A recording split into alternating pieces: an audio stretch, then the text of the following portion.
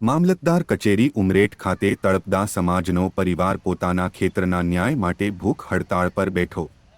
ઉમરેઠ ખાતે રહેતા રાજુભાઈ કનુભાઈ વાઘરી પોતાના પરિવાર સાથે ઉમરેઠ મામલતદાર કચેરીએ ઉમટ્યો હતો અને તેમના કહેવા મુજબ રત્નપુરા રોડ પર આવેલ તેમના વડીલો પાર્જિત ખેતરમાં ખોટી રીતે તેમના નામ ઉડાવીને બીજાના નામ ઉમેરી દેવાયેલ છે।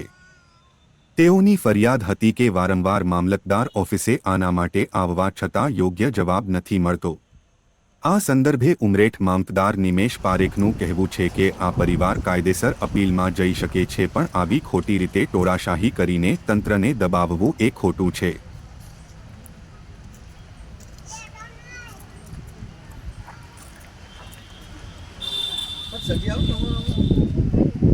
હા ભાઈ, તમારું નામ શું ને આજે ઉમરેઠ મામલતદાર કચેરીમાં કયા કારણે આવ્યા છો ભેગા થઈને? મારું નામ છે આનંદભાઈ રાવજીભાઈ વાઘરી સાહેબ।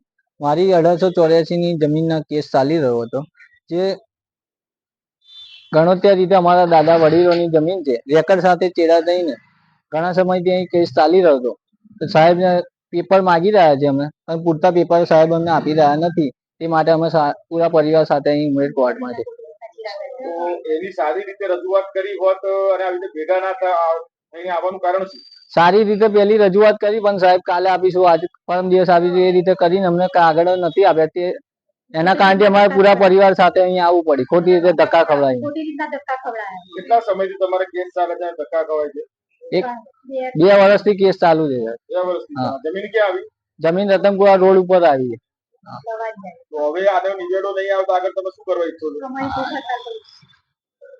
અમારે નિવેડો નહીં આવે તો અમે કલેક્ટર ઓફિસે જઈશું। કલેક્ટર ઓફિસે? હા ભાઈ, તમારું નામ શું અને શું પ્રશ્ન છે આજે તમે? મારું નામ સાહેબ રાવજીભાઈ કનુભાઈ, ઉમરેઠ રહીશ। રાવજીભાઈ કનુભાઈ મારું નામ।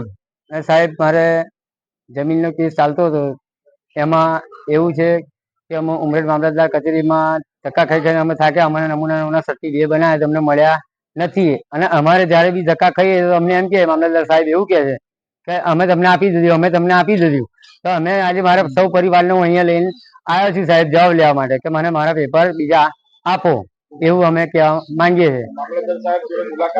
હા હા, મામલતદાર જોડે સાહેબ જોડે અમારી વાત થઈ કે તમારા પેપર આ જ છે, બીજા નથી એવું। એટલે અમે એ માટે જવાબ લેવા માટે અમે અહીંયા ભૂખ હડતાળ ઉપર બેઠા છે। હા, સવારથી। હા, અને અમારી જમીનમાં ખોટી રીતના 1 ના 2 ચીરા કર્યા છે, ડબલ ચીરા કર્યા છે। એટલે અમે એનો જવાબ જવાબ લેવા માટે ઉભા છે અહીંયા। બરાબર છે સાહેબ?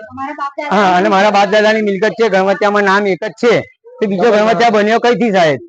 બરાબર છે સાહેબ કે વાઘજીભાઈ વાનાભાઈ ગણવત્યા એક જ હયત, તો અત્યારે બીજા અંબાલાલ રાવળ કઈ રીતે ગણવત્યા બન્યો એ સાહેબ અમારે જાણવું પડે ને। હા, તો અમે મામલતદાર ગણવત્યામાં બીજાનું નામ દાખલ રેકર્ડ સાથે ચીરા કર્યા છે સાહેબ, ચીરા કર્યા ખોટી રીતના। હા સાહેબ, એમને લગભગ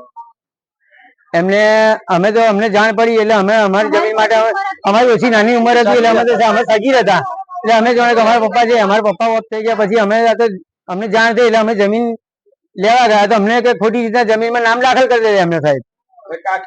કેટલા સમયથી ચાલી રહ્યો છે? આ 2.5 વર્ષથી સાહેબ, 2 વર્ષથી અહીંયા। હા, બરાબર સાહેબ જી। તમારું નામ? મારું નામ નિમેશ પારેખ, મામલતદાર ઉમરેઠ।